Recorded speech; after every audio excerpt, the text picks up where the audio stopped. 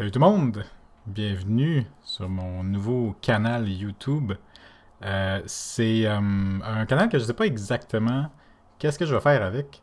Donc je vais juste commencer par faire une couple de vidéos puis voir où est-ce que ça s'en va. Je vais en dire plus peut-être à la fin du vidéo, là, je vais plus improviser. Mais pour l'instant, on va dire qu'aujourd'hui on parle de Solaris et puis rentrons dans le vif du sujet, hein.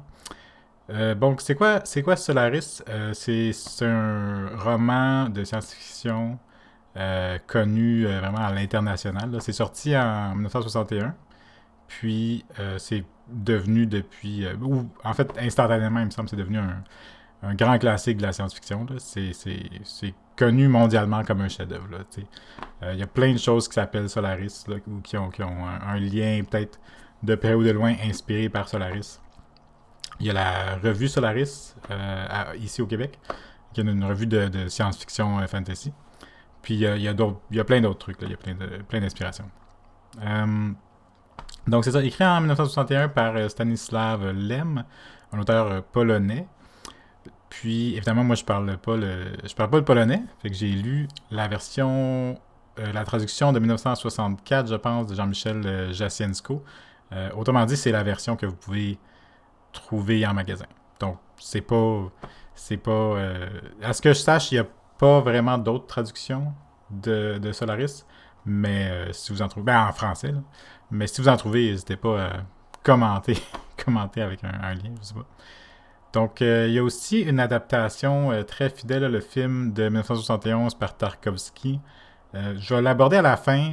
D'ailleurs, mon canal, je risque de me concentrer plus sur les livres que sur les films, mais dans ce cas-ci en particulier, où est-ce qu'il y a une adaptation, je pense que ça vaut toujours la peine, toujours d'aborder puis de comparer un petit peu qu'est-ce qui a été fait. Donc, on va commencer par parler de Solaris, le livre, puis après ça, le film, puis c'est ça. Puis après ça, je vous improvise des pensées sur mon canal, puis où est-ce qu'on s'en va avec tout ça. Donc, résumé.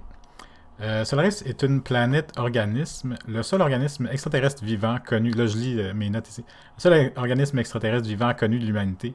Depuis des décennies, on soupçonne, sans pouvoir le prouver, que Solaris est non seulement vivante, mais aussi consciente.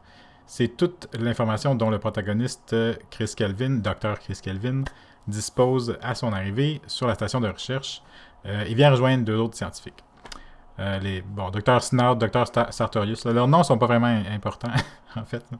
À son arrivée, il est confronté à des phénomènes inexpliqués qui font ressurgir des squelettes enfouis dans son placard, lui et les deux autres scientifiques.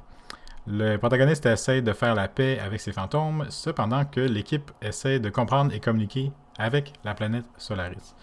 Donc c'est tout ce que je peux dire sans tomber dans le divulgacher, les spoilers. Je vais mettre un champ spoiler, j'imagine, pour sûrement vieux de plus de 70 ans. Mais, attends, 60 ans.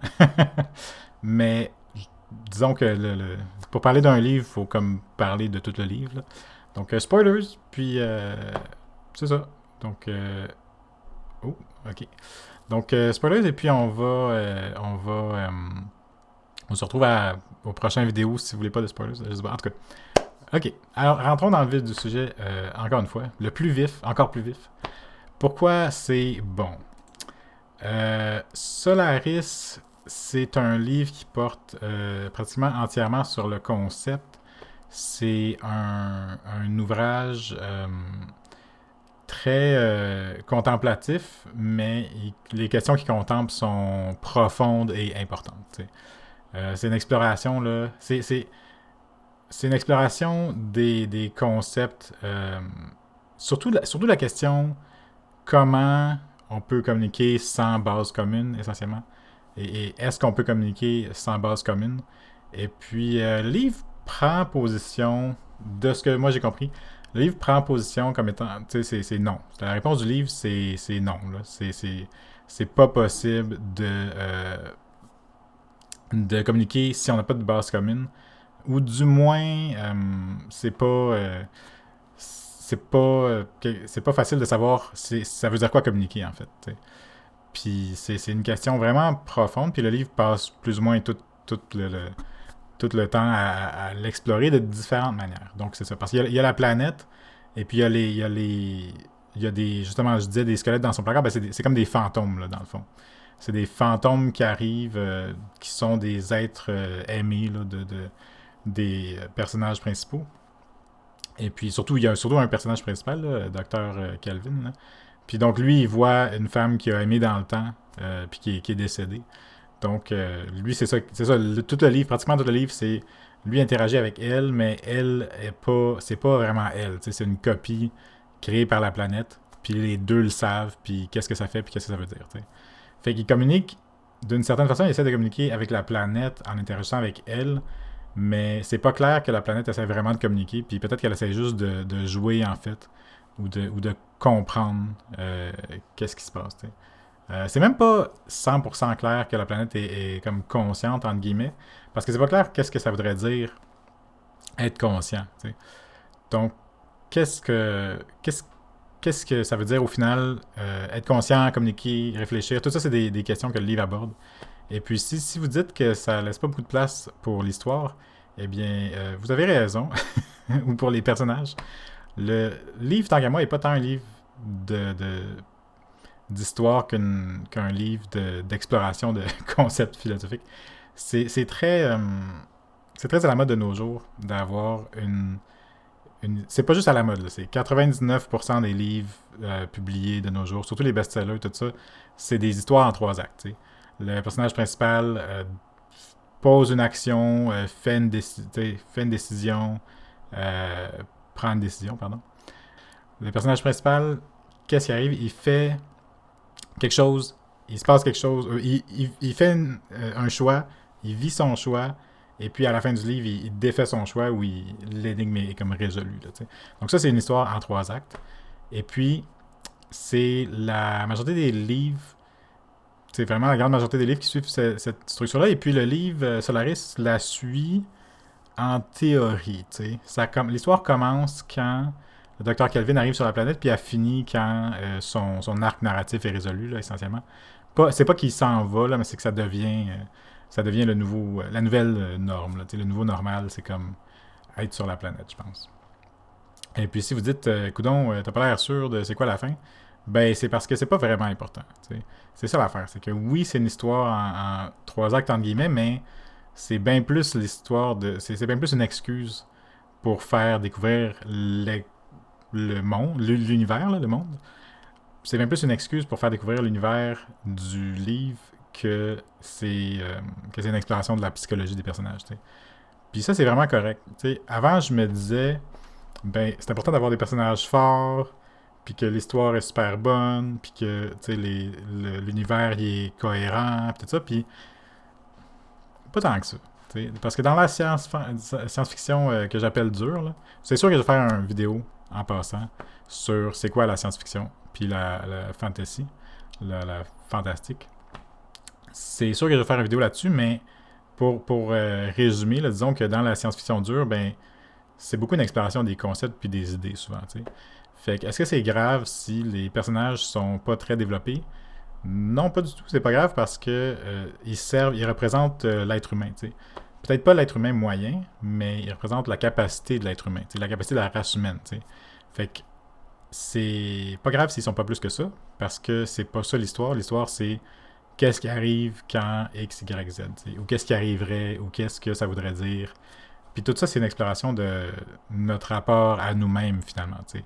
Notre rapport à la technologie, oui, mais aussi, par conséquent, et nécessairement notre rapport à nous-mêmes.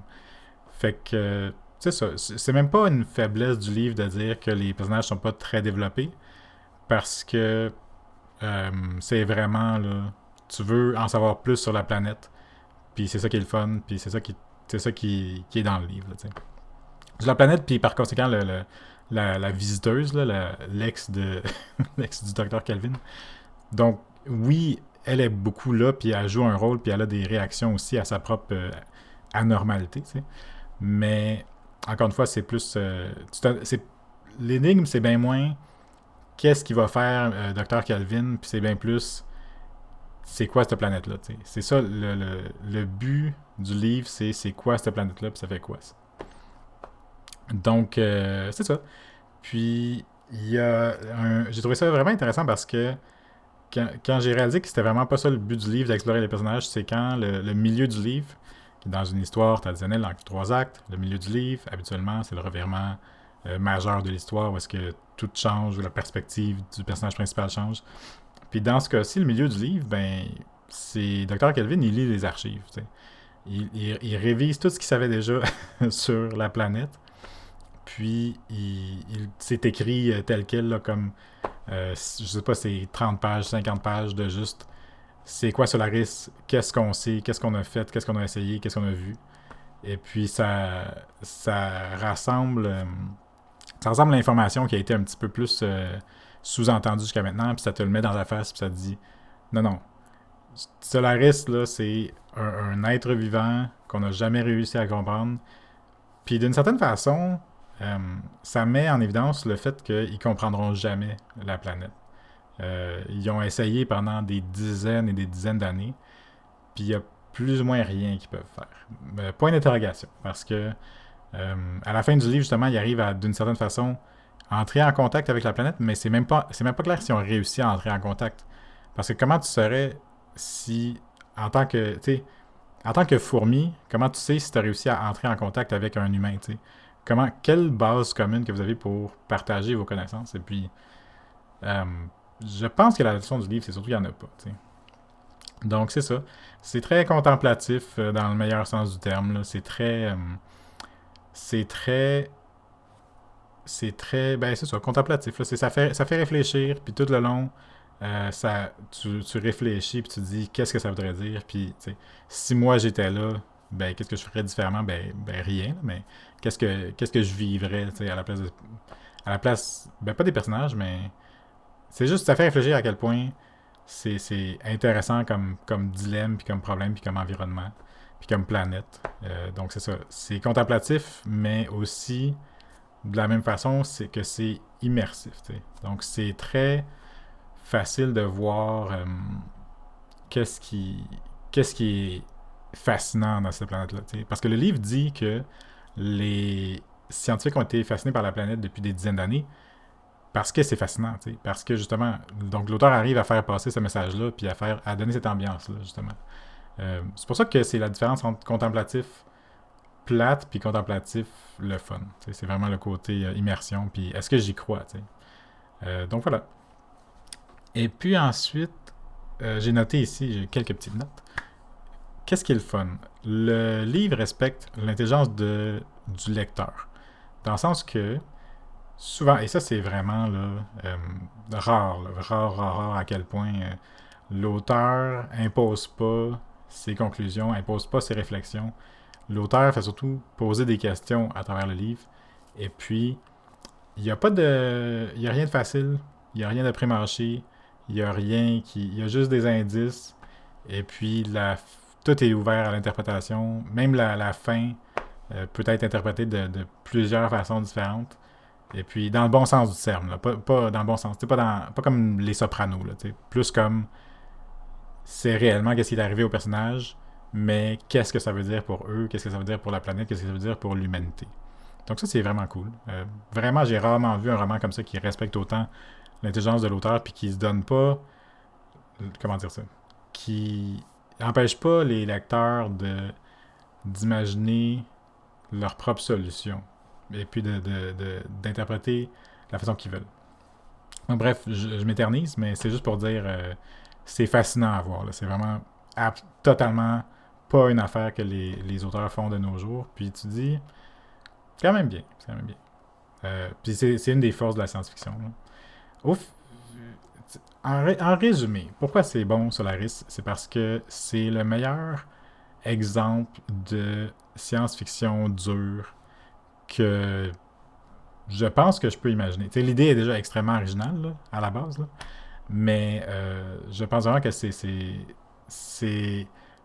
un des exemples de science-fiction qui utilise tous les avantages de la science-fiction, qui est là pour poser des questions, qui est là pour parler des enjeux profonds, qui est là pour euh, justement utiliser le rapport à la science. Fait que tout ça, ça rentre dans le livre, puis tout ça, c'est de la science-fiction dure, qui est de la science-fiction intelligente, qui est donc parmi les meilleurs exemples du genre. Là, t'sais. Donc, c'est pas pour dire que c'est le meilleur livre qui a jamais été imprimé, quoique c'est super bon. C'est vraiment super bon, mais c'est plus pour dire, c'est quoi de la science-fiction? Ben, c'est ça. De la bonne science-fiction, là, c'est drette ça, c'est Solaris. C'est ça que c'est. Donc, ça, c'est cool. J'ai oublié de parler aussi du body horror. Il y a beaucoup de... La planète, là, c'est un organisme qui appelle plasmatique. Pourquoi ils savent qu'elle est vivante? C'est parce que c'est un organisme plasmatique. Donc, le plasma, c'est une composante du sang. Hein? Donc, quand tu y penses, Solaris, c'est un océan de sang infini. T'sais. Donc, ça, c'est donc le côté body horror. Il est quand même là, il est quand même pas pire là. Et puis, surtout c'est du body horror, mais il n'y a pas de gore, il n'y a pas de viscéras, rien de dégueu, là. Puis, ben, il y a des moments où est-ce il décrit la façon que la planète construit des monuments de visqueux, là, des monuments de chair ou de XYZ, puis tu sais pas exactement c'est quoi, tu sais. C'est pas des cellules, mais c'est des cellules, tu sais, c'est des organes, mais c'est pas des organes. Il y a un processus, mais tu sais pas qu'est-ce qu'il fait. Puis c'est parfois prévisible, mais pas tout le temps. Donc, tu as l'impression que d'un côté, la planète s'amuse par elle-même en étant tout seul dans l'espace. Puis d'un autre côté, il y a des choses qui sont vraiment essentielles à sa fonction. Puis personne ne sait qu'est-ce qui est quoi. T'sais. C'est comme si tu étais une fourmi qui essaye de décrire un être humain en étant dans son œsophage. Genre. Donc, c'est ça, c'est ça la vibe générale. D'où le côté vraiment un petit peu body horror, mais subtil, là, très subtil, là, dans le sens que c'est ça, il y a comme un inconfort quand tu lis ça parce que t'es comme tu sais, c'est comme si tu regardes le cœur de quelqu'un battre de l'intérieur, tu sais, c'est comme je sais pas si ça me tente, tu sais. Mais donc vraiment cool juste pour ça. Donc bref, c'est ça, meilleur exemple de science-fiction dure qui a parti plein de vraiment plein de mouvements, je pense, là, ou du moins, ça a été une inspiration énorme pour énormément d'auteurs. C'est dur de trouver quelqu'un qui aime la science-fiction classique puis qui a pas lu Solaris, là, vraiment. Donc, voilà. Donc, je vais parler un petit peu de l'adaptation de Tarkovsky, qui est, je pense, de 1971. Ce qui est le fun avec l'adaptation de Tarkovsky, c'est que c'est le livre. T'sais. C'est ça. C'est le livre plus ou moins. T'sais. Donc, il en a enlevé des bouts, très peu, puis il en a rajouté des bouts. Puis les bouts qu'il a rajoutés, c'est parce que j'ai dit tantôt que l'histoire originale tournait pas autour des personnages tant que ça. Donc oui, elle tourne autour des personnages, mais ils servent juste à faire avancer l'histoire. T'sais. Donc, en format cinéma, ça marche pas vraiment. Donc, ce que tu as besoin, c'est de t'identifier au personnage, de pouvoir, ben, c'est ça, t'identifier à eux, à vraiment comprendre qui est-ce qu'ils sont, puis pourquoi ils réagissent comme ils réagissent, pourquoi ils font ce qu'ils font. Et puis donc, Tarkovsky a rajouté tout un tiers au début pour dire de Dr. Calvin, ben, c'était quoi sa vie sur Terre, t'sais. Fait que tu peux plus facilement comprendre c'est qui, puis pourquoi il agit comme il agit. Puis, c'est ça. Donc, c'était une bonne idée, je pense, même si, en fin de compte, ça rend une histoire contemplative très contemplative, là. Ça, c'est comme... T'es bien mieux de pas avoir bu trop de café cette journée-là, parce que il y a pas beaucoup d'action dans le premier tiers du film, t'sais. Mais bon, Tarkovsky, c'est un réalisateur légendaire, là, donc, encore une fois, c'est de l'art. Qu'est-ce qu'il fait, c'est de l'art, tu sais. Tu peux même... Ce serait même dur de dire, même si tu n'aimais pas les films de Tarkovsky, ça serait dur de dire que c'est pas bon, ou même que c'est bon. Parce que c'est juste excellent au niveau technique, mais au-delà de ça, c'est une vision artistique. Là, donc, il faut l'écouter pour le comprendre vraiment. Et puis, sinon, on a des fins très différentes entre le livre et le... Même pas tant différentes que ça, mais quand même différentes entre le livre puis le film. Donc, le film prend vraiment ses aises avec le texte, puis genre l'interprète à sa façon, tout en étant très fidèle au livre, là, dans le sens de... C'est les mêmes personnages qui font les mêmes affaires dans le même ordre. Pas mal, tu sais. Puis le jeu d'acteur est super bon. Moi, j'ai évidemment aucune connaissance des acteurs russes ou polonais. Je sais pas si Tarkovsky est... je sais pas s'il est russe ou polonais. Il me semble qu'il est russe. Puis... il va falloir que je mette une note en bas du vidéo. Donc, c'est ça. Je sais pas les acteurs, je sais pas c'est qui, mais ils sont super bons, puis c'est tous les bons choix pour le rôle, les bons choix pour les bons personnages. Là. Donc, c'est ça. Donc, si vous aimez le livre Solaris, c'est quasiment certain que vous allez aimer le film, le livre de Stanislav Lem. C'est quasiment certain que vous allez aimer le film de Tarkovsky parce que c'est pratiquement la même chose adaptée au cinéma. Euh, voilà, c'est pas mal ça. Ben, il y a plus d'insistance sur les personnages en tant que tels, puis les fantômes, entre guillemets, que sur le fonctionnement de la planète. Donc ça, j'ai trouvé ça un peu dommage de ne pas avoir plus de fonctionnement de la planète, de ne pas en avoir autant que dans le livre, mais c'est parce que dans le livre, c'est des descriptions de 50 pages, tu sais. Fait que tu peux pas faire un film avec ça. Mais globalement, c'est exactement ce qu'on penserait que ça pourrait être, là, une adaptation directe. Donc voilà. Voilà, c'est pas mal ça que j'avais à dire sur Solaris et Solaris. Donc là, j'avais dit tantôt que j'allais improviser sur le. C'est quoi ma chaîne, c'est quoi que je fais ici. Ben, c'est une chaîne pour parler de science-fiction puis de fantasy, de vraiment de plus du côté littérature. Mais comme je disais tantôt, c'est sûr que je vais écouter des films aussi. Et puis, c'est ça. Je suis un peu en train de découvrir c'est quoi le meilleur format pour ça. C'est d'ailleurs une initiative là, de mon ami que je ne sais pas s'il voudrait que je dise son nom, mais je vais mettre le lien dans la description. Là, c'est Pourquoi c'est bon, en fait. Donc, lui, sa chaîne, c'est Pourquoi c'est bon. Et puis, donc, ça m'a comme inspiré à faire un peu la même chose, mais de différents aspects. Puis, on devrait avoir des dialogues. Là. Sûrement qu'on va avoir des dialogues de temps en temps sur lui qui regarderait un film, puis je lirais le livre, puis tout ça, etc. Là. Donc ça risque d'être le fun. Et puis c'est ça, c'est sûr que je vais faire des... Ok, c'est sûr que je vais faire des vidéos comme celui-ci, qui sont plus du côté, on va dire, analyse littéraire d'une œuvre en particulier. Puis c'est sûr que je vais faire aussi des vidéos de plus théorie littéraire, qui serait d'analyse du genre ou c'est ça, de trucs littéraires. Là, c'est sûr que je vais faire une vidéo de c'est quoi de la science-fiction, les types de science-fiction.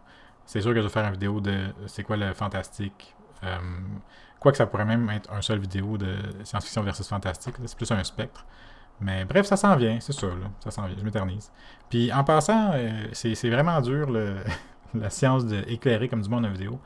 Fait que c'est comme la deuxième fois que je filme cette vidéo-là. Puis la première fois, c'était vraiment pourri. Travailler avec le green screen. Puis le montage était super tough parce que mon éclairage était pourri. Puis là, vous allez me dire, oui, mais Guillaume, ton éclairage est encore pourri. Ben oui, mais moins que la dernière fois. Puis la prochaine fois, ça va être meilleur. Fait que n'hésitez pas à vous abonner à la chaîne. Puis évidemment, faites un like, là, tout ça. C'est comme. C'est le début de la chaîne, donc on essaie d'en partir ça en grand, comme on dit. Donc, surtout, n'hésitez pas vraiment à commenter et à dire qu'est-ce que vous pensez là, de tout ça. Surtout si vous avez lu. Là, bon. Et sinon, je vous dis, je vais pas dire à la semaine prochaine. À un moment donné, on se revoit à un moment donné. Ouais, c'est bon ça.